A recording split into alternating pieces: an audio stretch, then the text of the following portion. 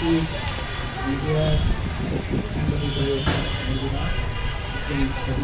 ভাইয়েরা আরো অনেক ছোট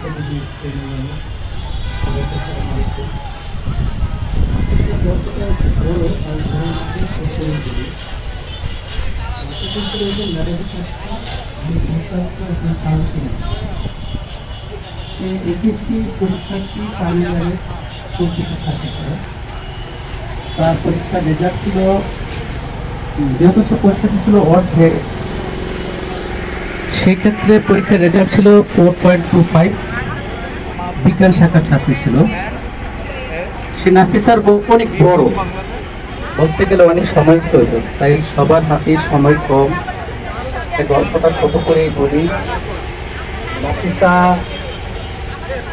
ওটা স্বপ্ন ছিল, দেশের মানুষের সেবা করবে, ডাক্তার হবে।